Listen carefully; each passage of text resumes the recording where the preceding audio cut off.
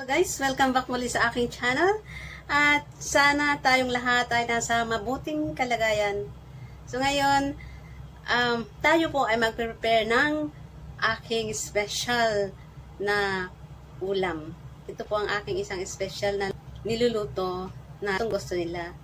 At gustong gusto rin natin sa atin. Bali, ito po ang isa sa mga paborito ng lahat sa Pilipinas, ang adobo. So, magluluto tayo ng adobong baboy. Guys, ang ating i-adobo ngayon ay pork belly.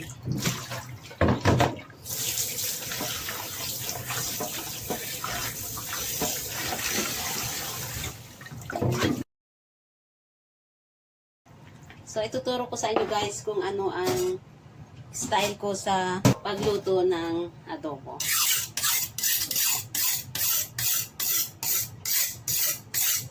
Noon, ginaganon ko siya. Nakita nung kasama kong Indonesian na kasama ni Lola. Sabi niya, hindi daw ganito ang tamang paghasa. Ganon daw. Totoo ba? So, ayan. Mula noon yun, ganito na ang paraan ko ng paghasa. Ayan.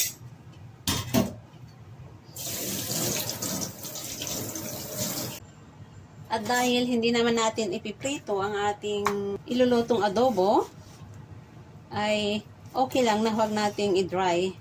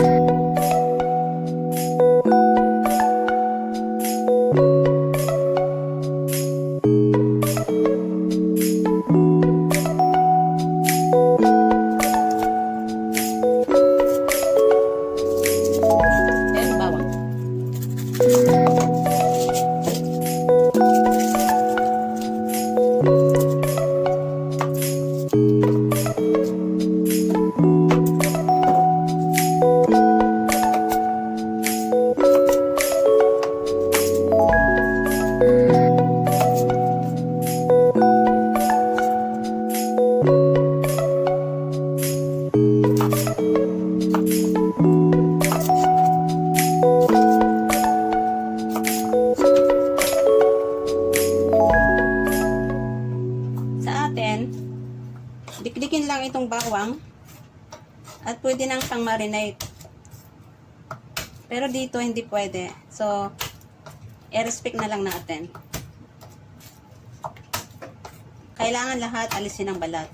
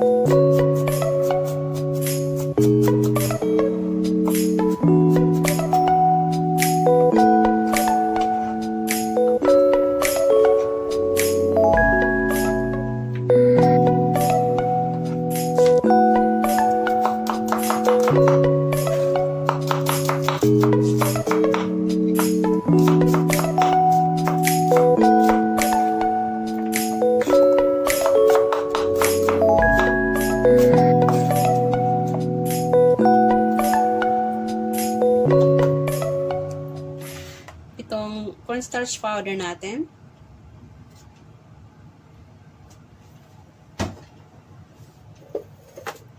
Sugar.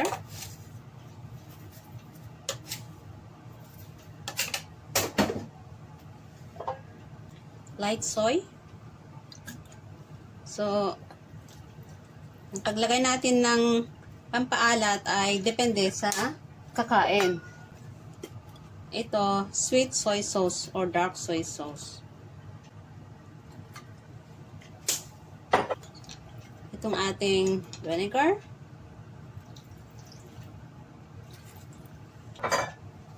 And lastly, our pepper.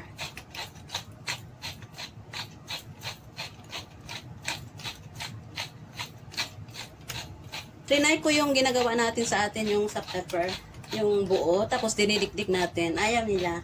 So, ito na lang ang ginagamit ko. Mas gusto nila ang powder. So, halo ko with my hand. Gamitin ko ang aking kamay.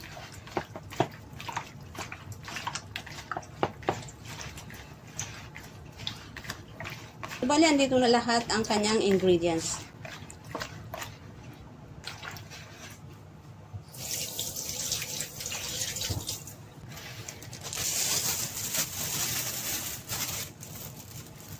Ilagay natin siya sa supot. Siguraduhin natin yung supot ay walang butas. So, ayan siya.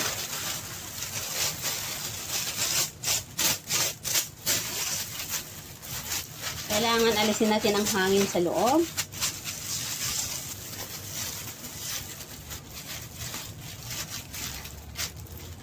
At isarado ng maigi para hindi siya mangamoy. Dahil ilalagay natin siya sa ref for 2 hours or more than. Pwede rin ilagay ng overnight.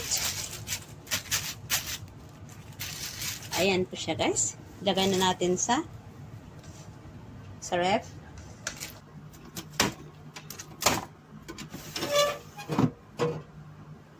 At itong capsicum natin ay ilalagay natin kapag 98% luto na siya.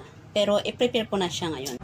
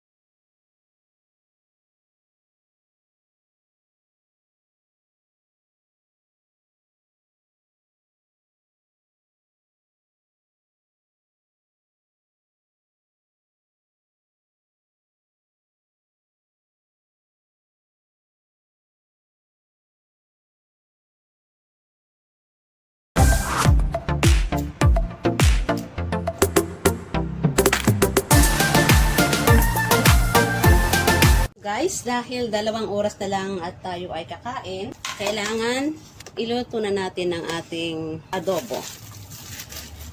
So, katulad po ng sinabi ko sa inyo, hindi po tayo magigisa o gagamit ng mantika. Ito po ang aking paraan ng pagluto ng adobo.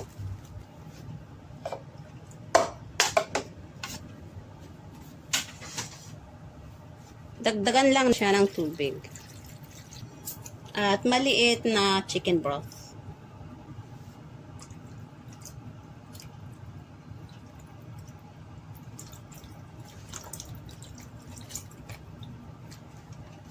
So, makita nyo, lubog po ang ating meat. Saka natin siya ito. So, dahil ang gusto ng mga bossing ko ay yung malambot siya talaga. Kaya, nuluto ko siya ng nearly 2 hours. Or, depende. Kasi may mga karne naman na madaling lumambot. Depende, ayan. So, ayan po. Una, sa malakas na apoy. And then, kapag nag-boil siya, hinaan natin. So, guys, malapit na pong matuyo ang ating adobo. Kaya, kailangan nating ilagay ang ating capsicum.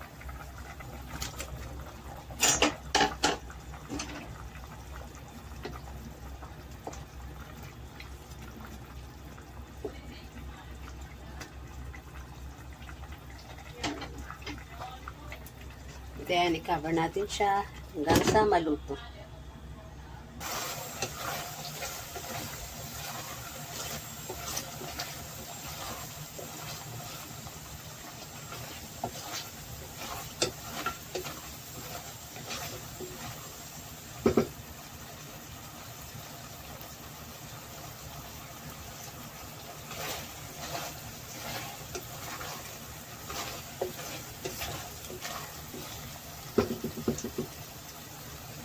So guys, ito na po ang ating special na adobo.